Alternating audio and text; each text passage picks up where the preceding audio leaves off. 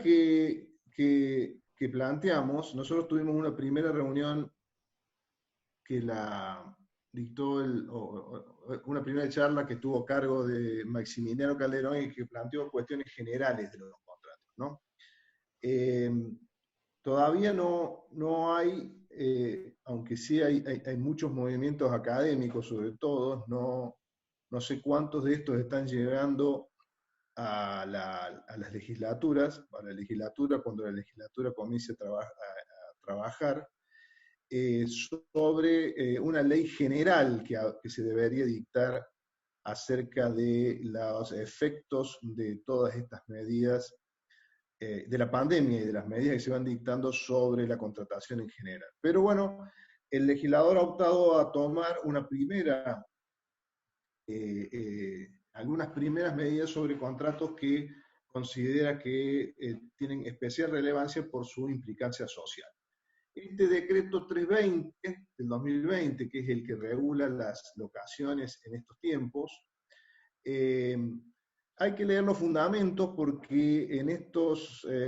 decretos en donde hay bastantes, o quizás menos de las esperables, pero bastantes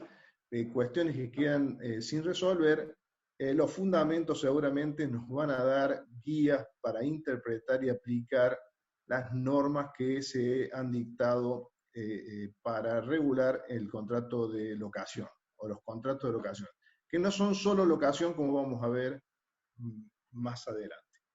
Por eso dice que este decreto lo justifica a fin de paliar los efectos de estas medidas restrictivas y para que todos los ciudadanos no puedan ser privados de este derecho a la vivienda, hoy considerado un derecho humano y por lo tanto incorporado a nuestra Constitución a través de las numerosas convenciones internacionales a las cuales el país se ha adherido. Da por sentado el decreto, todo esto es sacado actualmente de los fundamentos, que en esta emergencia los locatarios se encuentran en imposibilidad de hacer frente a sus obligaciones y también a la imposibilidad de hallar una nueva vivienda. Vamos a ver que, si bien estos fundamentos hablan de vivienda, el decreto va mucho más allá de la vivienda. Y marca por ahora que es una medida transitoria hasta el 30 de septiembre del 2020. Yo entiendo que si se siguen corriendo los plazos, como se está diciendo, los plazos de que los picos de pandemia, y seguramente que va a haber luego de ello una pandemia económica, como ya se está previendo, muy probablemente los contratos de locación van a seguir siendo intervenidos a través de legislaciones especiales. Esto es histórico en la Argentina. La doctrina de la emergencia nace a partir de los contratos de locación. Hay un muy buen trabajo de Leiva Fernández que hace referencia a todas las medidas legislativas que se tomaron a lo largo de la historia acerca de los contratos de locación, así que me parece que vamos a tener que estar preparados para esperar nuevas medidas con el contrato de locación si es que, levantadas las medidas de aislamiento, aún se persisten los graves problemas económicos que prevemos que pueden ser que se pueden suscitar. Y el mismo fundamento invoca los numerosos fallos en donde la Corte Suprema ha declarado que las normas dictadas en emergencia son constitucionales en tanto el derecho no sea lesionado sustancialmente. Y parecería que este decreto 320, porque tiene un plazo de duración y porque está limitado a ciertas relaciones en particular, parecería que en principio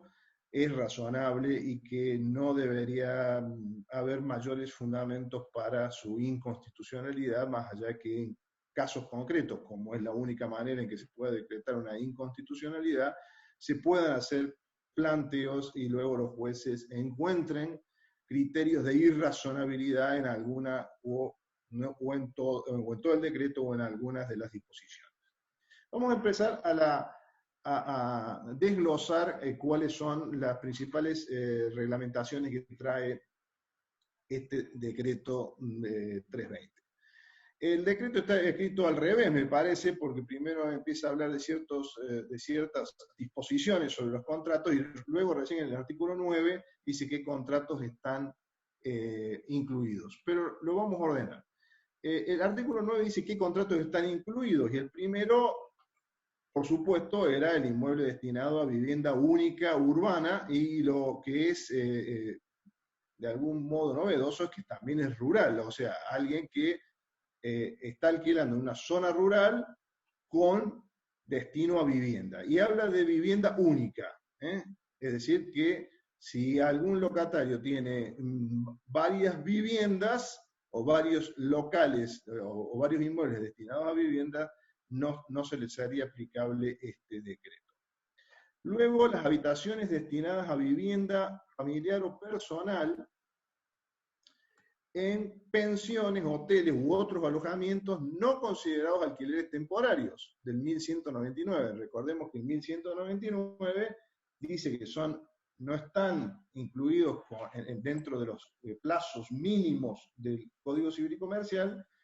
todos aquellos contratos destinados a habitación con muebles que se arrienden con fines de turismo, descansos similares, si el contrato tiene menos de 3 meses. Si tiene más de 3 meses, entra en la norma general y por lo tanto también entraría en el decreto 320. El inciso tercero habla de inmuebles destinados a actividades culturales o comunitarias. Aquí se trata de proteger a los clubes, a los museos, etcétera, etcétera, como actividad que se considera necesaria para una continuidad más o menos normal durante el periodo de emergencia. El inciso 4 trata los inmuebles, o incluye dentro del decreto 320 a los inmuebles rurales destinados a pequeñas producciones familiares y pequeñas producciones agropecuarias. Como bien ha dicho un autor, esto no es un contrato de locación, es un contrato de arrendamiento rural. Y se incluyen dentro de los contratos de arrendamiento rurales los arrendamientos y las aparcerías, pero siempre que sean destinados a pequeñas producciones, porque si no entra dentro de este parámetro de pequeña producción familiar o pequeña producción agrícola, está excluido del decreto 320 y por lo tanto se le aplican las normas habituales del código de la ley de arrendamientos rurales y en su caso por vía subsidiaria del Código Civil y Comercial. Inmuebles alquilados por personas adheridas al régimen de monotributo, destinados a la prestación de servicios, al comercio o a la industria. Aquí viene la protección que ya viene dada por otros serie de disposiciones que se han dictado para los monotributistas, a quienes se consideran especialmente vulnerables, y aparecemos por primera vez inmuebles alquilados por profesionales autónomos para el ejercicio de profesión, es decir, todos aquellos, habrá que interpretar que es profesional autónomo. Por lo general, profesional autónomo se entiende a los profesionales con título universitario como odontólogos, médicos, abogados o ingenieros o arquitectos. Por lo tanto, no solo están los monotributistas, que por sí mismos están incluidos dentro del decreto 320, sino aquellos otros trabajadores llamados autónomos, en realidad no somos autónomos, pero no autónomos en el sentido impositivo, pero sí somos autónomos y esos inmuebles también quedan comprendidos en el decreto 320. Los inmuebles adquiridos por MIPYMES, alquilados por MIPYMES, los inmuebles alquilados por cooperativas de trabajo o empresas recuperadas, y aquí hay un punto en donde podemos discutir. Para Leiva Fernández también está abarcado el cónyuge al que en caso de divorcio se le atribuye la vivienda familiar y en el caso de cese de la unión convivencial a quien se le atribuye la vivienda familiar. Fíjense que aquí hay numerosas normas que hablan sobre el precio, congelamiento de precios, etcétera, etcétera, donde no serían aplicables porque en estos casos no hay precio cuando se le atribuye al cónyuge divorciado o al conviviente separado la vivienda familiar, pero lo entiendo a Leiva Fernández diciendo que aquí se debería realizar o aplicar las prórrogas de plazos que prevé el decreto 320. ¿Qué contratos quedan excluidos? El decreto 320 expresamente excluye a los contratos de arrendamiento de parcería rural, por supuesto que no estén incluidos en el artículo 9, y a los contratos de locación temporario previstos en el 1199, es decir, aquellos que recién referenciamos que tuviesen 3 meses o menos de duración. ¿Y otros contratos quedarían excluidos? Bueno, todos aquellos que no encuadren en el artículo 9 ni en lo que excluyó expresamente el 10. Por ejemplo, contratos, desde mi punto de vista, en que el locatario tuviera varias radicadas otras viviendas y contratos de inmuebles destinados a prestación de servicios, comercios, industria, en que el locatario no sea monotributista, no sea profesional autónomo o MIPYMES por una interpretación a contrario, por supuesto, de los que están incluidos. Fijado cuáles son los contratos o las personas que se encuentran incluidas o excluidas, el artículo 10 trata de hacer de alguna manera una protección para ciertos locadores que no están, que no hacen de su actividad habitual la locación. Y dice el artículo 10 que quedan excluidos del artículo 4 de este decreto 320, desde ya les digo que el artículo 4 es el que trata el llamado congelamiento de los alquileres o de las rentas, que no es realmente un congelamiento, sino que es nada más que un diferimiento de las actualizaciones. Los contratos de locación cuya parte locadora dependa del canon convenido en el contrato de locación para cubrir sus necesidades básicas o de su grupo familiar primario y inmediato. Es decir, aquel locador que vive de su contrato de locación. Pero lo paradójico, en realidad, del llamado acreedor vulnerable, es que el artículo 4 regula solo el diferimiento del pago de las actualizaciones, pero no queda excluido de la aplicación de todos los demás artículos del 320, por lo tanto, no estaría habilitado el locador vulnerable a desalojar por el artículo 2, ni tiene derecho a exigir el pago por el artículo 7, con lo cual, si bien su situación sería que podría seguir aplicando actualizaciones, no podría cobrar esas actualizaciones. Esto es interpretando literalmente este artículo 10. Por supuesto, si hacemos una interpretación integradora y finalista, como vamos a seguramente a comenzar a hacer de muchas de las normas de la emergencia, el locador vulnerable, si es que queremos proteger al locador vulnerable, se le debería aplicar en bloque la exclusión del decreto 320 y si no le paga el locatario, podría iniciar las acciones para cobrar y, en su caso, desalojar el inmueble. Esta es una interpretación finalista, no textualista, de esta posición del locador vulnerable. El artículo 2, seguimos con cuáles son las medidas que se toman con respecto a estos contratos que están incluidos en el decreto 320, es la suspensión de ejecución de sentencias de desalojo. Se suspende la ejecución de la sentencia, pero no impide la continuidad del juicio y el dictado de la sentencia. Es decir, se suspende la ejecución de sentencias ya dictadas, si sigue el juicio, si se puede dictar sentencia, pero no se puede ejecutar hasta el 30 de septiembre.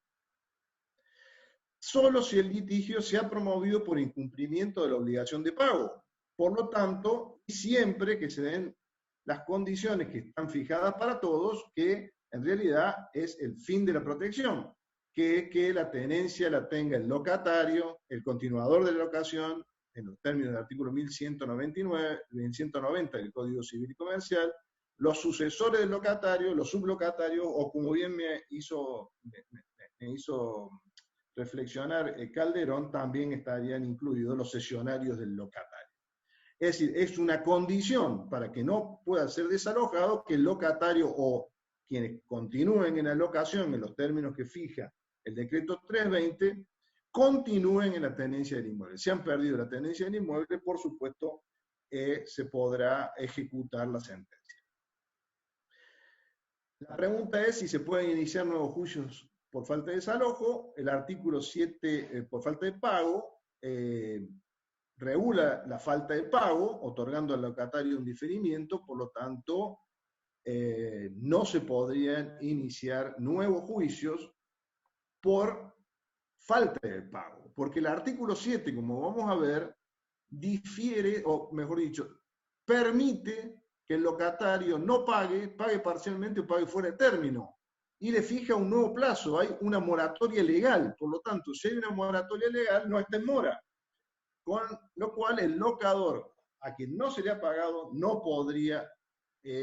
otorgar o iniciar un nuevo juicio por falta de pago, pero sí se pueden iniciar nuevos juicios de desalojo y no están alcanzados ni por este artículo, ni por el artículo que regula, o mejor dicho, la regla que está dentro del mismo artículo, que regula la imposibilidad de ejecutar las sentencias, todas aquellas juicios de desalojo que estuviesen motivados por otro motivo de extensión, por ejemplo, impago de despensas, porque el mismo decreto 320 dice que solo se limita al precio. Si bien el decreto 320 en muchas oportunidades confunde canon y precio, la doctrina, la buena doctrina, la especializada en contratos de locación, dice que el precio es el pago del uso del inmueble y el canon puede estar comprendido por el precio más otra serie de obligaciones dinerarias a cargo del locatario, por ejemplo, pago de despensas, pago de servicios. En este caso en particular, el no pago de despensas o no pago de servicios que tuviese a cargo el locatario daría la posibilidad, desde mi punto de vista, tanto de iniciar juicios para perseguir el pago como para desalojarlo. O, por ejemplo, uso del inmueble o, por ejemplo, abandono que hubiese hecho el locatario del inmueble. El artículo 3 habla de la prórroga de los contratos. Si se prorrogan, dice, hasta el 30 de septiembre de 2020, todos los contratos individualizados en el artículo 9, que tengan vencimiento desde el 20 de marzo de 2020 hasta el 30 de septiembre de 2020. Si venció antes, no están incluidos en la prórroga de los contratos. Incluyen los contratos vencidos antes del 20 de marzo, pero que hayan continuado en los mismos términos contratados, supuesto del artículo 1218 del Código Civil y Comercial, aquel famoso artículo que venía ya de Vélez Sarsfield, en donde dice que el locatario que continúa en las mismas condiciones utilizando el inmueble, no se entiende que hay una tácita reconducción, sino que continúa el contrato de locación en los mismos términos y concluye cuando cualquiera de las partes comunique su decisión de continuar. Por lo tanto, estos contratos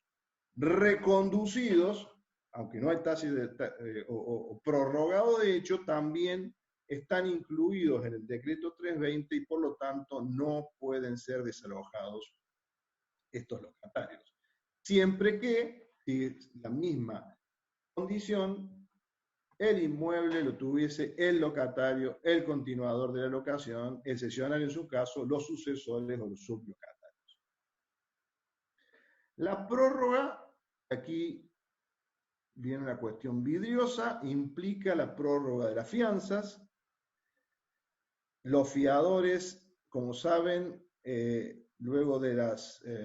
reformas que se hicieron en el Código Civil y Comercial, en el Código Civil y luego tomadas en el Código Civil y Comercial, concluían las fianzas con el vencimiento del plazo y se le fijaba un plazo al locador acreedor a la restitución para iniciar el juicio, pero, dice el decreto 320, no se aplica la caducidad de las fianzas por las prórrogas ni la extinción de la fianza por falta de iniciación de juicio. Con lo cual los fiadores van a quedar en una posición bastante desprotegida porque probablemente muchos de los locatarios, a pesar de las prórrogas que se le estén dando, de hecho hoy la Voz del Interior está diciendo que ya hay un alto porcentaje de locatarios que no están pagando las locaciones, y esto, si tenemos en cuenta que todavía tenemos algunos ingresos derivados de marzo, en abril, cuando la inactividad ha sido total, probablemente los primeros días de mayo este nivel de moratoria sea mucho más alto y los fiadores van a continuar siendo responsables en toda su extensión en los mismos términos de los contratos originales. El locatario, por supuesto, si no quiere continuar, no continúa, porque son normas protectorias del locatario, no del locador. Por lo tanto, podrá mantener el plazo de vencimiento pactado. Si el 30 de abril vence, su contrato puede manifestar que no hace uso de la opción de la prórroga hasta el 30 de septiembre. O podrá mantener una prórroga hasta un plazo anterior, hasta el 30 de junio. Mire, el 30 de junio me voy a vivir con mis padres y no tengo más dinero para pagar el alquiler. Pero el problema es que dice que deberá notificar su opción con 15 días de anticipación a la fecha del vencimiento original, si ello fuera posible. Y si ello fuera posible es precisamente porque tenemos problemas de cómo notificar. Yo estoy en contacto con los miembros del Colegio de Escribanos de Córdoba, quienes me ratificaron que ellos no están habilitados para realizar este tipo de notificaciones porque entienden que están fuera de las reglas que ha dictado el Ejecutivo Nacional para habilitarlos. Y las notificaciones hechas por Carpento, hay una norma especial que ha dictado la autoridad que regula los correos, en la cual dice que se exime que quien reciba la carta de documento firme la planilla esa que se suele firmar, o que se debe firmar cuando la carta de documento se recibe.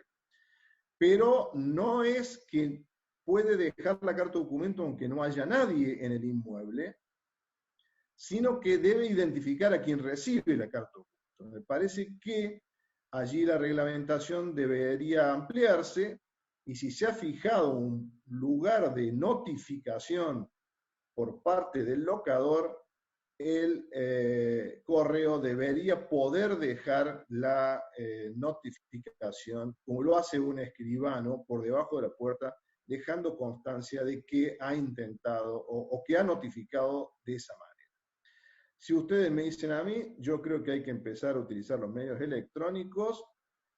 hay que notificar a través de mails,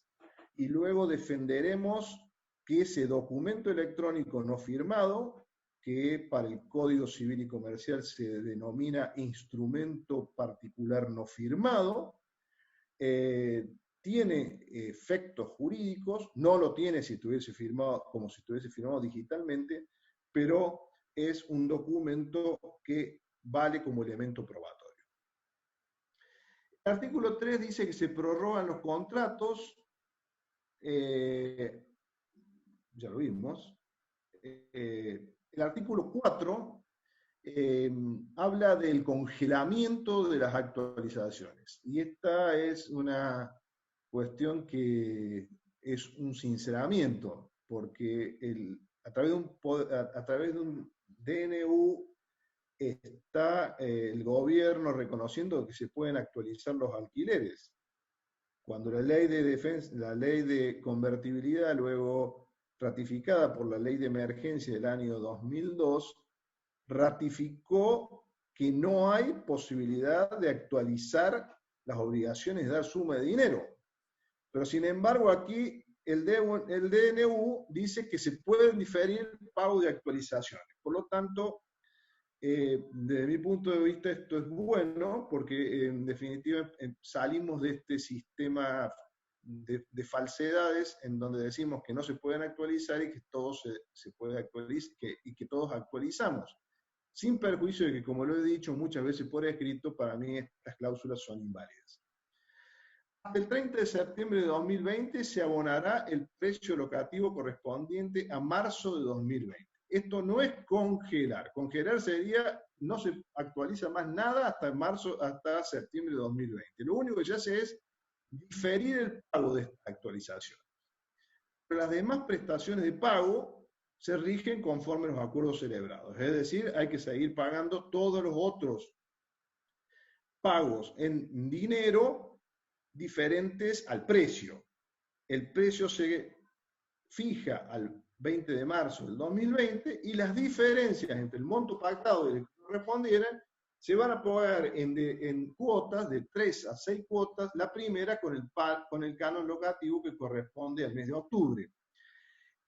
Para algunos autores, estos de 3 a 6 cuotas debería ser pactado entre locador y locatario. Yo lo interpreto diferente. Como son 6 meses de actualizaciones, en realidad si se deben 3 meses de actualizaciones, supongamos que abril, mayo y junio no correspondían, pero sí correspondían luego julio, agosto y septiembre, bueno, entonces julio se pagará la actualización, por supuesto, con el mes de octubre, agosto con el mes de noviembre y la última cuota con el mes de diciembre. Esta es una interpretación propia. Para algunos esto debería ser motivo de acuerdo. Por supuesto, si las partes se ponen de acuerdo, no hay ningún problema, pero nunca podrían ser menos de 3 o 6 cuotas porque estas son normas de orden público protectorio, por lo tanto el locatario podría luego impugnar alguna cláusula de este tipo. El locatario debe abonar el precio actualizado a octubre del 2020 y la diferencia que corresponde al primer mes congelado y así sucesivamente. Las diferencias no generan ningún tipo de interés moratorio, compensatorio, punitorio, ni ninguna otra penalidad. Esto es muy importante porque esta es la diferencia entre quien no paga el precio locativo. Aquí se trata solamente de que las actualizaciones no van a generar ningún tipo de cargo para el locatario. Y nuevamente la posición de los fiadores. Los fiadores continúan vigentes, aún vencido el contrato de locación, por el pago de todas estas actualizaciones cuyo pago se difiere para después de septiembre del 2020. El artículo 7 trata de deudas por falta de pago y se faculta al deudor a no pagar, a realizar pagos en mora o pagos parciales desde el 20 de marzo del 2020 al 30 de septiembre de 2020. Esto es una moratoria legal, porque puede no pagar y el locatario podrá pagar estas deudas nuevamente de 3 a 6 cuotas con vencimientos, la primera en octubre del 2020. Nuevamente, para mí, esto de 3 a 6 cuotas será, como tenemos 6 meses de actualizaciones que no se pueden realizar y 6 meses durante el cual el locatario puede no pagar, entonces dependerá de cuántas cuotas deba para partirlas entre a 6 cuotas. Esta es una interpretación propia. Y aquí sí se generan intereses, que no son intereses moratorios, porque hay una moratoria legal, sino un interés compensatorio que dice que no puede exceder la tasa de interés para plazos fijos. La tasa de interés para plazos fijos hasta ayer era del 27% anual. Ayer se dio el índice de inflación, que fue del 3,3% para marzo,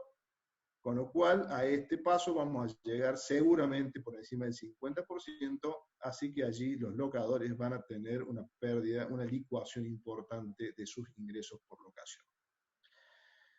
El artículo 8 impone la bancarización, porque el locador deberá suministrar los datos necesarios para que se puedan realizar los pagos por medios bancarios, atento al aislamiento, de la imposibilidad de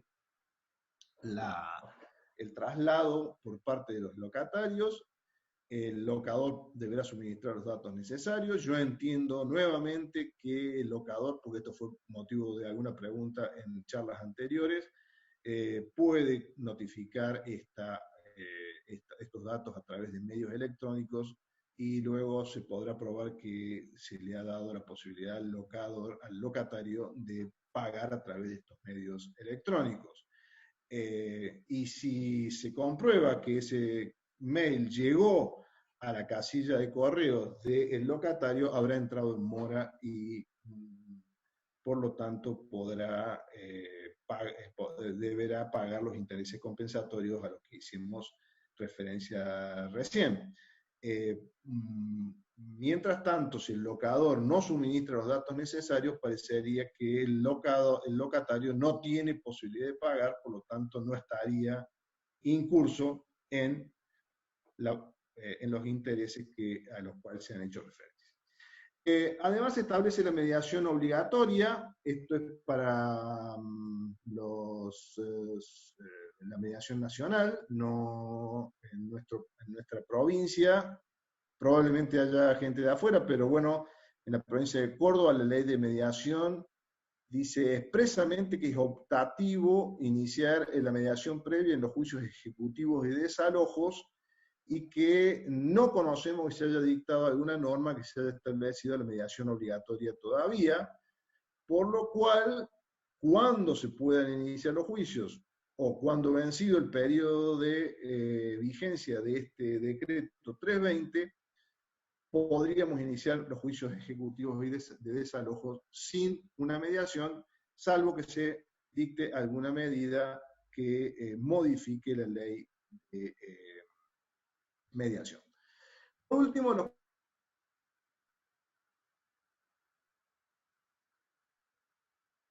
están alcanzados